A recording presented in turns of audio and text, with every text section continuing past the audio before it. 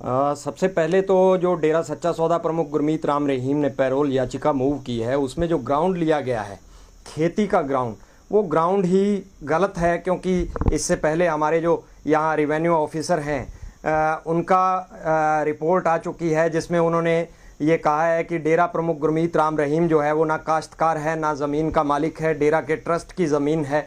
और इससे पहले भी वहाँ जो खेती की गतिविधियाँ चलती रही हैं और वो 2017 से डेरा प्रमुख के जेल जाने के बाद भी बदस्तूर चल रही हैं, तो उसके यहाँ होने ना होने से खेती और उसका कोई वो लेना देना नहीं है। तो सबसे पहले तो ये ग्राउंड गलत है, खेती के लिए पैरोल चाहिए। दूसरी बात, जो पैरोल को लेकर हरियाणा सरकार के मंत्रियों का जो बयान आया है और जिस तरीके से उन्होंने डेरा प्रमुख गुरमीत राम रहीम की पैरोल की वकालत की है, तो मैं इस पे यही कहना चाहूँगा कि हरियाणा सरकार के जो मंत्री हैं, मेरी उनसे गुजारिश है कि वो जनता के नुमाइंदे हैं और जनता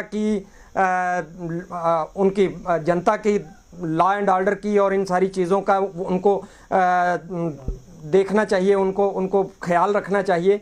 जो आदमी लॉ एंड ऑर्डर का दुश्मन है, गुरमीत राम रहीम, ऐसे व्यक्ति की उनको वकालत बिल्कुल नहीं करनी चाहिए।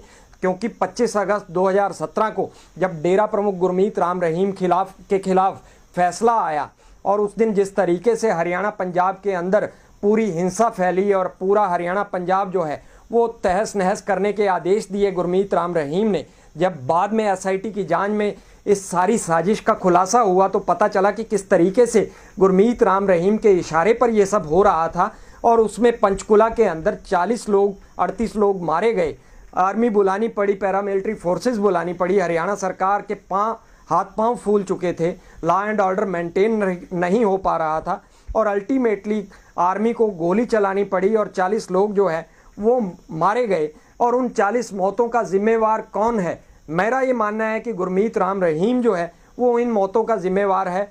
हर बार हर वक्त जब भी वो जेल से बाहर रहा, कानून से खिलवाड़ करता रहा, लॉ एंड ऑर्डर के साथ खेलता रहा, तो ऐसे व्यक्ति के लिए कहीं भी रियायत नहीं बरती जानी चाहिए।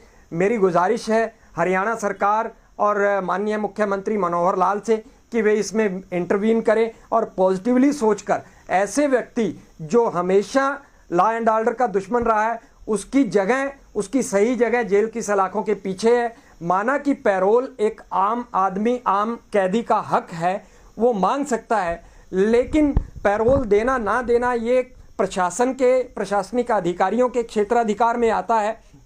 और जिला प्रशासन इससे पहले कई सारे आम कैदियों की पैरोल जो है यह कहकर रिजेक्ट कर चुका है कि इनके बाहर आने से लॉ एंड ऑर्डर को बड़ा खतरा हो सकता है।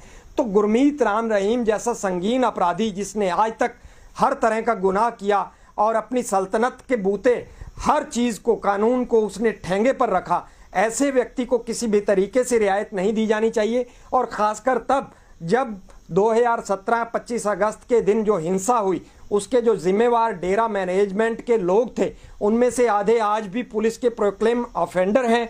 उनकी धरपकड़ आज तक पुलिस नहीं कर पाई। आदित्य इंसा जैसे लोगों की, उन लोगों को जब आज तक पुलिस नहीं धर पाई, तो डेरा प्रमुख के बाहर आने के बाद क्या गारंटी है कि वो दोबारा से जेल की सलाखों के पीछे जाएगा और वो पुलिस का भगौड़ा नहीं होगा?